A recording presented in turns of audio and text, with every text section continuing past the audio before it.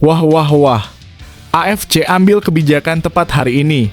Putuskan negara lemah Tajikistan yang akan jadi lawan timnas Indonesia U17 di babak 8 besar Piala Asia U17K. Simak potensinya hanya di sini. Nah, ini baru super top Marco Top. Ketum PSSI Erick Thohir langsung beri kejutan khusus usai timnas U17 jadi satu-satunya wakil Asia Tenggara di Piala Dunia U17. Kira-kira apa yang kejutannya? Yes, ini baru mantap. Striker top keturunan Suriname ini buka suara soal bermain di Indonesia. Namanya adalah Mitchell Tevrede. Bisa jadi tandem hebat oleh Romanyka. Temukan jawabannya di sini. Wah wah wah, mantap. Dibocorkan media ternama ini. Alex Pastor siapkan strategi khusus ala pelatih top Eropa untuk sikat Cina dan Jepang di kualifikasi Piala Dunia 2026. Kira-kira kayak gimana ya? Akhirnya tekuak sudah. Rizky Ridho bek andalan timnas Indonesia cabut dari Persija dan gabung klub Serie A Italia usai Gubernur DKI Jakarta bongkar isu keterlambatan gaji Rizky Ridho di Persija. Tonton video ini sampai selesai biar kamu gak penasaran. Sebelum video kita mulai, buat kamu yang mau beli jersey timnas Indonesia, caranya gampang banget. Kamu langsung hubungi nomor WhatsApp yang ada di gambar ini, atau bisa langsung klik link pembelian yang ada di deskripsi video ini ya. Mumpung lagi promo gratis ongkir ke seluruh Indonesia. Buruan sebelum kehabisan. Sebelum dimulai pembahasan, mohon bantuannya untuk subscribe channel ini agar tidak ketinggalan info timnas Indonesia. Yes, mantap, ini baru kabar bahagia. Tepat diputuskan hari ini juga. Inilah negara calon lawan timnas Indonesia U17 di babak perempat final usai jadi juara grup setelah hancurkan Afghanistan dini hari tadi. Siapa ya kira-kira lawannya? Temukan ulasannya di sini. Timnas Indonesia U17 mencatatkan perjalanan gemilang di grup C Piala Asia U17 2025 dengan meraih kemenangan sempurna dalam 3 laga yang mereka jalani. Awal yang mengejutkan dimulai dengan kemenangan 1-0 atas Korea Selatan U17, sebuah hasil yang memikat perhatian. Tak berhenti di situ, Garuda Asia kembali menunjukkan taringnya dengan menang telak 4-1 atas Yaman U17. Dan yang terbaru pada laga terakhir grup C Piala Asia U17 2025, timnas Indonesia U17 berhasil menundukkan Afghanistan U17. Pertandingan yang berlangsung di Prince Abdullah Al Faisal Stadium, Jeddah, Arab Saudi pada Jumat (11 April 2025) dini hari waktu Indonesia Barat menyuguhkan drama. Meski sempat kesulitan menembus pertahanan Afghanistan, akhirnya sepasang gol di menit-menit kritis memastikan kemenangan untuk Indonesia. Fadli Alberto mencetak gol penentu di menit 90+2, disusul Zaha Beghole yang menambah keunggulan di menit 90+4. Kemenangan ini memastikan Indonesia lolos ke perempat final dengan status juara grup C. Kini timnas Indonesia U17 hanya menunggu lawan yang akan dihadapi di perempat final. Mereka akan berhadapan dengan runner-up dari grup D yang masih akan memainkan pertandingan hari ini, Jumat (11 April 2025).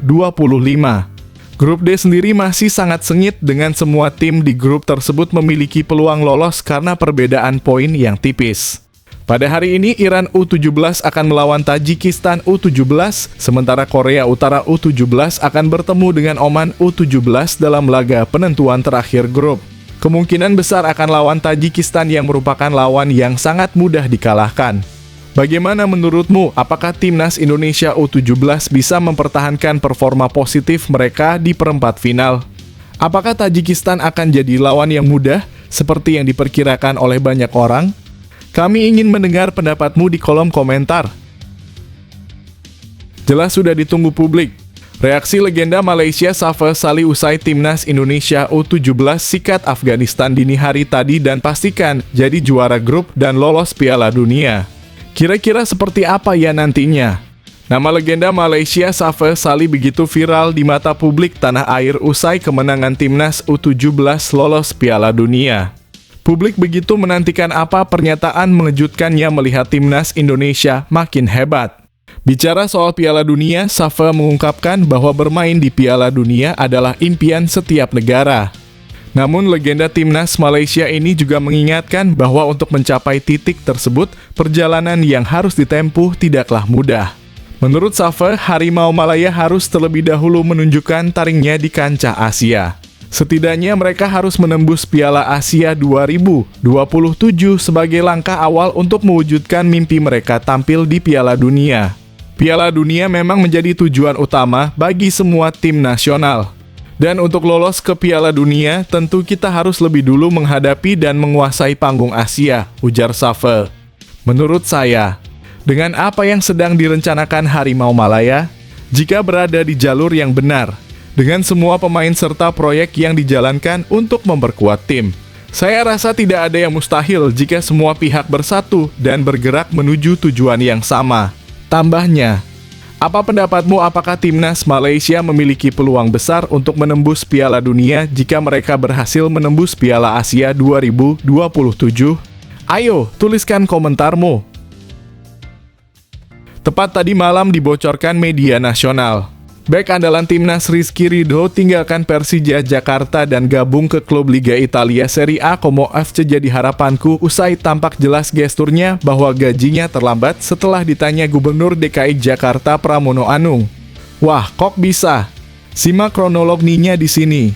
Rizky Ridho memilih bungkam saat Gubernur Pramono Anung menanyakan soal isu penunggakan gaji yang tengah hangat diperbincangkan di skuad Persija Jakarta. Sebagai kapten tim yang terkenal vokal di lapangan, Ridho biasanya tidak segan berbicara. Namun di hadapan Pramono Anung yang juga Gubernur Daerah Khusus Jakarta, Ridho tampak memilih untuk diam. Pertemuan tersebut berlangsung pada Kamis dalam kurung 10 April 2025 dalam rangka silaturahim antara klub dan pemerintah. Di kesempatan itu Pramono mendengar isu tentang penunggakan gaji yang sudah berlangsung berbulan-bulan. Sebagai respons, Gubernur Pramono sempat menanyakan hal tersebut kepada dua pemain muda, Muhammad Ferrari dan Witan Sulaman. Namun meskipun sebelumnya mereka lancar menjelaskan alasan performa mereka menurun, baik Ferrari maupun Witan enggan memberikan jawaban terkait masalah gaji. Tidak puas dengan jawaban yang diberikan, Pramono akhirnya memanggil Rizky Ridho, sang kapten. Ayo Ridho sini, kata mereka, karena gajinya terlambat, bener gak itu? Tanya Pramono langsung kepada Ridho di depan seluruh anggota skuad. Ridho yang juga merupakan andalan timnas Indonesia dengan sigap menghindar dari pertanyaan tersebut. Alih-alih menjawab langsung, ia memilih melimpahkan pertanyaan itu kepada pihak lain. Maaf Pak, saya ini sama-sama pemain, jawab Ridho. Mungkin lebih baik tanya ke pihak manajemen, tambahnya, yang langsung disambut tawa dari seluruh ruangan. Meski Rizky Ridho memilih untuk tidak menjawab secara langsung, performa tim di lapangan sepertinya memang mencerminkan adanya masalah.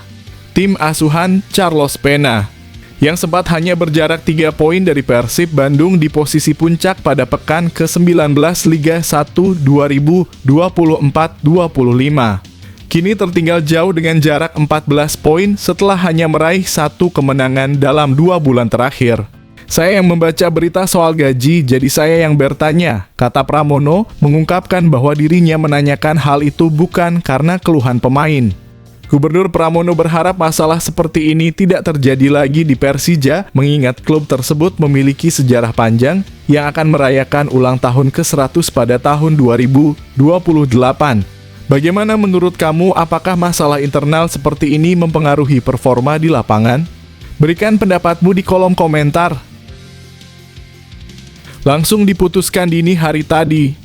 Erick Thohir langsung ambil keputusan hebat dan beri kejutan usai timnas Indonesia kalahkan Afghanistan dan jadi satu-satunya wakil Asia Tenggara di Piala Dunia.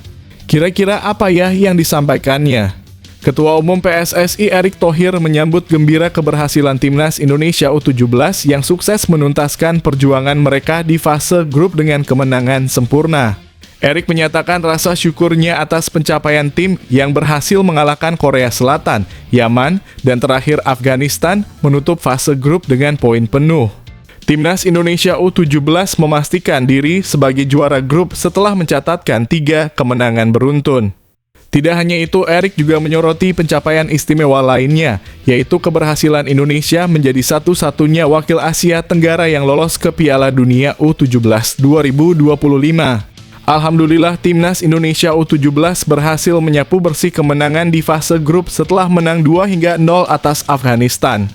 Kemenangan atas Afghanistan memastikan timnas U17 menjadi satu-satunya tim Asia Tenggara yang lolos ke babak 8 besar Piala Asia U17. Tulis Erik di akun Instagramnya pada Jumat 11/4/2025 dini hari. Meski menyampaikan rasa syukur atas hasil ini, Erik juga mengingatkan agar para pemain tidak terbuai dengan kemenangan mereka. Ia menegaskan bahwa babak perempat final yang akan datang akan jauh lebih berat. Persaingan di babak 8 besar akan lebih tinggi. Kami akan menyiapkan mental para pemain agar lebih siap dan meningkatkan kerja sama tim agar semakin solid, tulis Erik menambahkan. Timnas Indonesia U17 kini akan menghadapi runner-up dari grup D di babak perempat final. Hingga saat ini, masih belum diketahui siapa yang akan lolos, karena persaingan di grup tersebut sangat ketat, dengan Korea Utara, Tajikistan, Oman, dan Iran semuanya memiliki peluang untuk melangkah ke perempat final.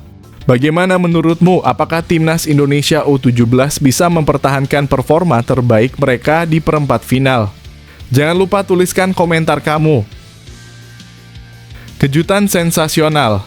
Nova Arianto langsung sampaikan satu hal ini usai kemenangan dramatis lawan Afghanistan dini hari tadi. Fans timnas Indonesia auto berpesta pora ini di jalanan. Apa ya kira-kira? Usai pertandingan, pelatih timnas Indonesia U17, Nova, memberikan apresiasi tinggi atas kerja keras para pemainnya.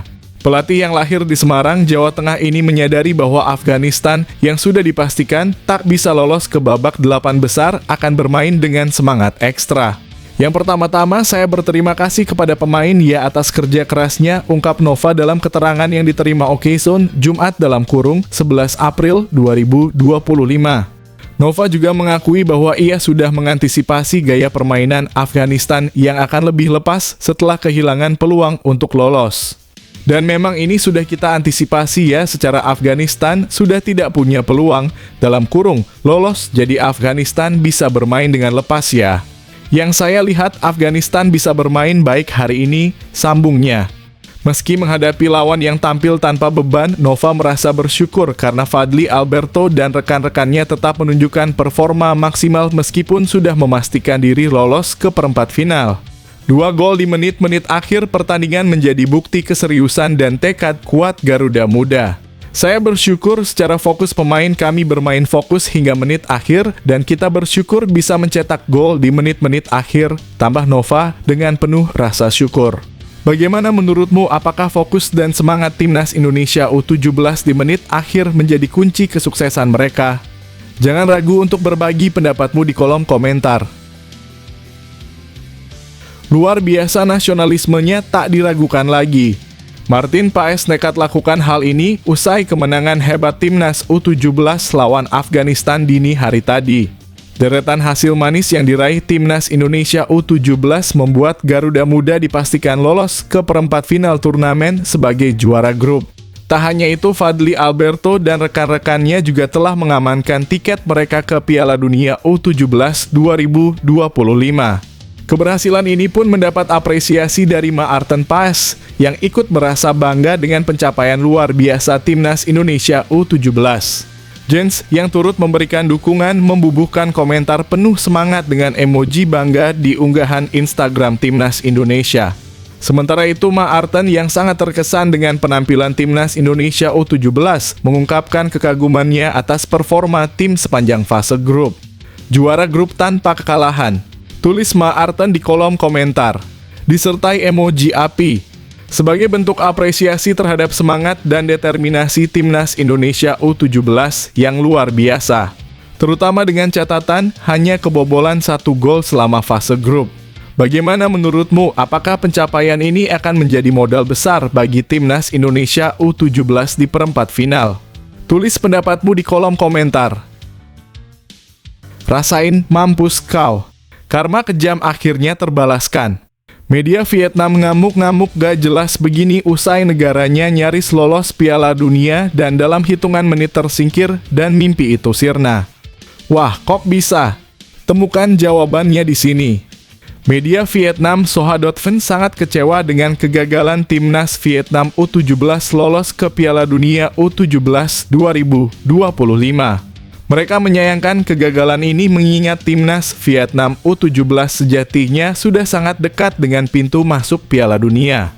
Awalnya timnas Vietnam U17 tampil menjanjikan dengan unggul 1-0 atas UEA U17 berkat gol Hoang Trong Duy Khang pada menit ke-23. Jika skor ini bertahan hingga akhir, Vietnam dipastikan finish di dua besar yang akan mengantarkan mereka ke babak selanjutnya tanpa harus bergantung pada hasil pertandingan lainnya. Namun nasib buruk menimpa timnas Vietnam U17 ketika UEA U17 mencetak gol penyama kedudukan pada menit ke-87 hanya 3 menit sebelum waktu normal berakhir. Gol itu dilesakan oleh Haza Afaisal yang memaksa pertandingan berakhir dengan skor 1-1. Hasil imbang ini membuat timnas Vietnam U17 harus puas berada di posisi juru kunci grup B dengan hanya meraih 3 angka dari 3 pertandingan yang dijalani. Semuanya berakhir dengan hasil imbang. Timnas Vietnam hampir menciptakan keajaiban. Namun kami kehilangan impian berpartisipasi di Piala Dunia U17 untuk pertama kalinya, tulis Soha.vn dengan penuh penyesalan. Meski gagal melaju ke babak selanjutnya, Soha.vn tetap memberikan pujian atas performa timnas Vietnam U17 di turnamen ini. Mereka yang sebelumnya dianggap sebagai tim terlemah, ternyata tampil luar biasa dengan tidak terkalahkan. Timnas Vietnam U17 berhasil menahan imbang Australia, Jepang, dan UEA dengan skor identik 1-1. Bagaimana menurutmu, apakah timnas Vietnam U17 layak mendapatkan lebih banyak apresiasi atas perjuangan mereka meskipun gagal lolos? Tulis pendapatmu di kolom komentar. Tepat diumumkan tadi malam oleh media nasional. Luar biasa top. Permata berlian bernama Mitchell T. Frede, striker keturunan Suriname, buka suara soal bermain di Indonesia. Apa yang ia sampaikan? Ex-striker Feyenoord, Mitchell T. Frede mengungkapkan bahwa ia sempat mendapat tawaran fantastis dari Indonesia. Meskipun tawaran itu sangat menggiurkan, T. Frede mengaku ada alasan pribadi yang membuatnya urung menerima kesempatan bermain di Liga Indonesia. Dalam wawancaranya dengan salah satu media Belanda, T. Frede mengungkapkan bahwa sejumlah klub di Indonesia memberinya tawaran yang sangat menarik terutama dari segi finansial. Pada prinsipnya, saya telah menerima tawaran dari sana.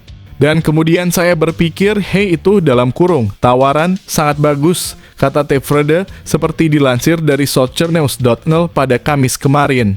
Meski tawaran tersebut begitu menarik, T. Frede mengatakan ada banyak hal yang harus dipertimbangkan.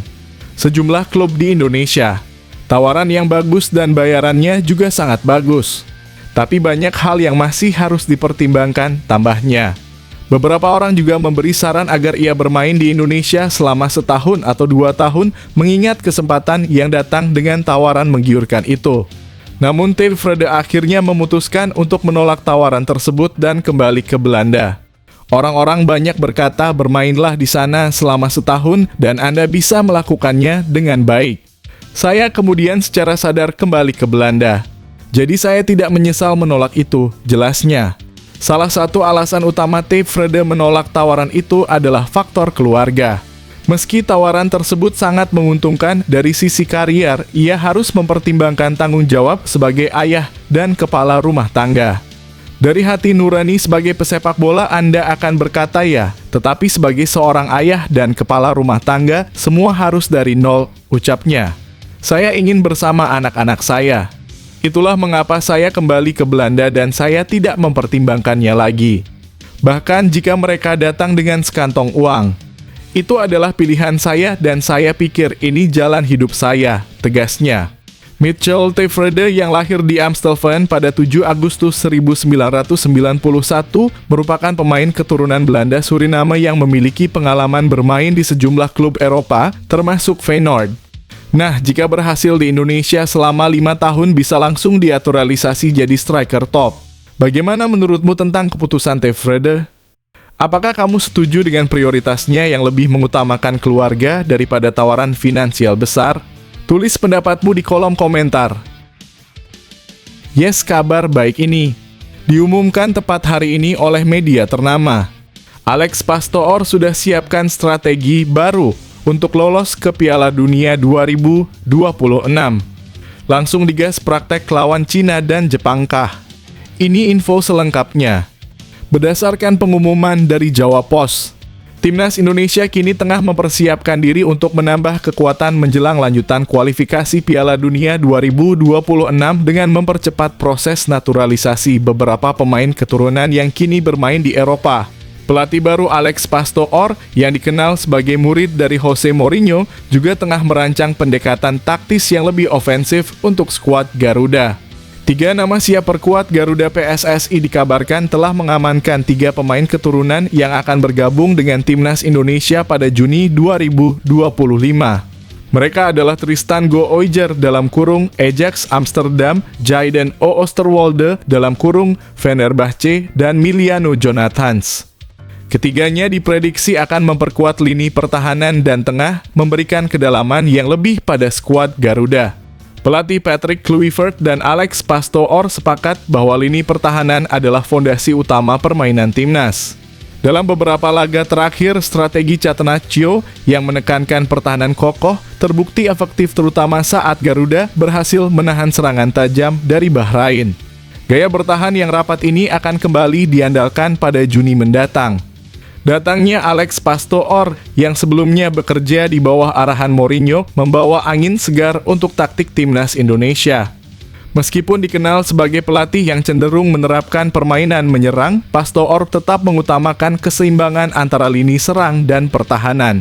Dengan gaya bermain yang lebih agresif namun tetap terstruktur, Timnas Indonesia diperkirakan akan tampil lebih berbahaya dan efektif. Dengan tambahan tenaga baru dari proses naturalisasi, serta kombinasi taktik Eropa dan semangat pemain lokal, Indonesia diproyeksikan mampu mencuri poin-poin penting dalam perjalanan mereka menuju ronde keempat kualifikasi Piala Dunia 2026. Bagaimana menurutmu? Apakah kedatangan pemain keturunan dan gaya bermain ofensif dari Pastor bisa membawa Timnas Indonesia lebih dekat ke Piala Dunia? Tulis pendapatmu di kolom komentar. Ini baru jadi kebanggaan publik. Beda kelas. Shin Tae-yong sudah langsung kasih dampak ke KFA di hari pertama kerja. Park Hang-seo justru lakukan hal ini. Kok bisa begitu? Kini Shin Tae-yong dan Park Hang-seo bahu-membahu di KFA (Korea Football Association). Namun pada hari pertama mereka menjabat, keduanya memberikan dampak yang berbeda. Pada Kamis (10 April 2025), menurut laporan dari Korea Selatan, Ketua Umum KFA Chung Mong-gyu langsung mengadakan rapat dengan para pimpinan eksekutif kunci. Ketum KFA Chung Mong-gyu dan pimpinan eksekutif kunci melakukan rapat di Gedung Federasi Sepak Bola pada pagi hari di tanggal 10, tulis media Korea Selatan MK Sports. Laporan tersebut menyebutkan bahwa 14 orang hadir dalam rapat tersebut dan Shin Tae-yong sudah langsung bekerja sebagai bagian dari daftar yang hadir. Namun yang menarik, Park Hang-seo tidak terdaftar dalam 14 orang yang menghadiri rapat bersama Chung Mong-gyu. Selain Direktur Eksekutif yang baru ditunjuk Kim Sung-hee, Wakil Ketua Lee Yong-soo, Wakil Ketua Shin Tae-yong, Wakil Ketua Kim Byung-ji, Wakil Ketua Shin Jeong-sik, Ketua Komite Penguatan Tenaga Hyun Yeong-min, Ketua Komite Teknologi Lee Jang-gwan, Ketua Komite Operasi Kompetisi Kim Hyun-tae, Ketua Komite Wasit Moon Jin-hee, Ketua Komite Komunikasi Komite Kim Seok-sik, Ketua Komite Etik Kim Yun-ju, Ketua Komite Medis Kim Gwang-jun, dan Ketua Komite Internasional Jeon Han-jin hadir dalam rapat tersebut, ungkap MK Sports. Namun meski Park Hang-seo tidak hadir dalam rapat tersebut, penting untuk dicatat bahwa Shin Tae-yong dan Park Hang-seo memiliki tugas yang berbeda. Meskipun keduanya menjabat sebagai wakil ketua KFA, Shin Tae-yong bertanggung jawab atas urusan luar negeri, sedangkan Park Hang-seo berperan mendukung kiprah timnas Korea Selatan. Pencapaian mereka di KFA tentunya menarik untuk ditunggu. Apakah langkah ini akan membawa perubahan positif bagi sepak bola Korea Selatan? Tulis pendapatmu di kolom komentar.